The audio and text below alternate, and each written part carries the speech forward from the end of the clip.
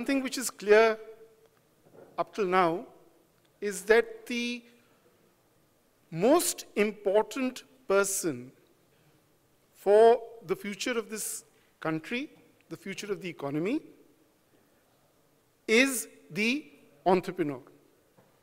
You've heard about how banks are looking for ways to offer them the finance that they require. We've been told that even collateral is not required. We've heard the hunger which has been expressed in the questions that each speaker is faced with.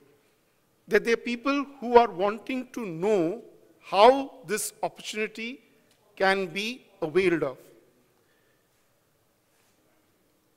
The purpose of this organization, and especially that of the project Entrepreneur India, is to promote this mindset, the entrepreneur mindset, amongst as wide a section of people as possible.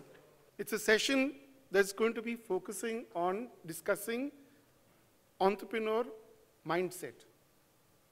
The mindset strategy has to be yours.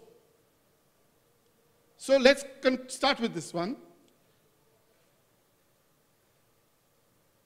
Share the risk, share the reward, and own the risk. We've all heard about people talking about the importance of risk, and entrepreneurs, the thing which distinguishes entrepreneurs is the ability to take risk. Now, this ability is at one level braveness, being brave. We all know about the importance of sharing the reward. We've heard a lot of things about structuring compensation packages which will keep talent. But the important thing about risk is not just about employees. Risk is about all stakeholders. The point is, entrepreneurs aren't gamblers. Entrepreneurs are intelligent takers of risk. They gamble only what they can afford to lose. They make backup plans. They have a plan B, they have a plan C, they have a plan D. What Ritu was talking about, change, be prepared to change. And they have that generosity to cover stakeholders' loss. Sachin. So essentially, when you talk about risk and reward balance, if you're at the leadership and if it's your idea and your vision and your beliefs which vendors, employees, clients are all investing in, you need to be generous. How many of you really agree with this? I mean, this is not a, like Joseph has said, this is not a one-way communication that what we feel is right. It's more important what all of us believe that can an entrepreneur be a generous person who really sees opportunity beyond maximizing the opportunity of the peer group that he works with. But really, you know, when you start dividing the risk, do you think your team will take that risk? My experience is no. And that's really the point one, that you cannot pass the risk to the team. And to interrupt over here, are we really that generous? Do we actually pass all the reward? Do we? The greatest reward is the equity return. Do we really pass that reward? Let's be honest over here. If we don't pass that reward, we have to own the risk. We can't play reward mera hai, risk hum sabka hai. That's a no-no. It's a very valid point, and I think most of the businesses which go wrong, and I think somebody in the morning was saying about 83% people who were only looking at money, lost the point in the longer run, because till the time you take, if you really want the bigger share of the reward, you really need to take all the risks. Entrepreneur, the leader of that company, is a DNA. He normally gets people of his DNA in the system. Like you said, so it's a charisma which he passes on to the people. So most of the people who will remain in the system are people like him.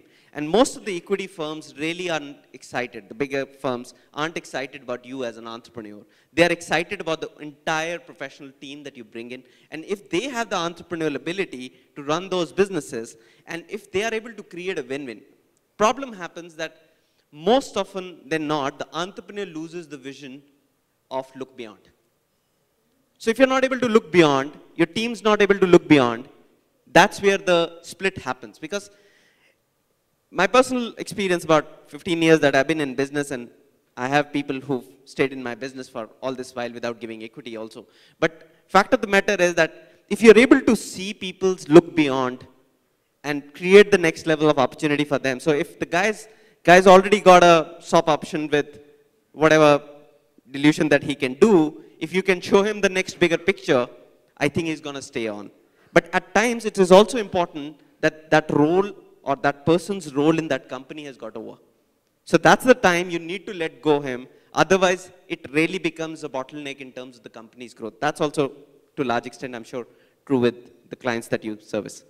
What is more important, and what in fact is the underlying bedrock of charisma, is conviction. And the conviction comes when the entrepreneur stands up and says, I'm still here, and I'll sort of, bear the bulk of the risk. When we say an entrepreneur takes risks, it's not a gambler's risk. It is a risk which comes from a conviction in the enterprise, in the enterprise project.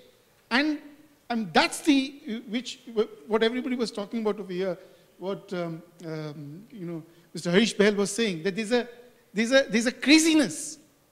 Because the project is what drives, the conviction and the courage, and then the risk. The moment that business becomes a gamble, it does make, because when initial success hits an entrepreneur, his fantasy goes very, very high. He loses the fear factor. But professional never loses the fear factor.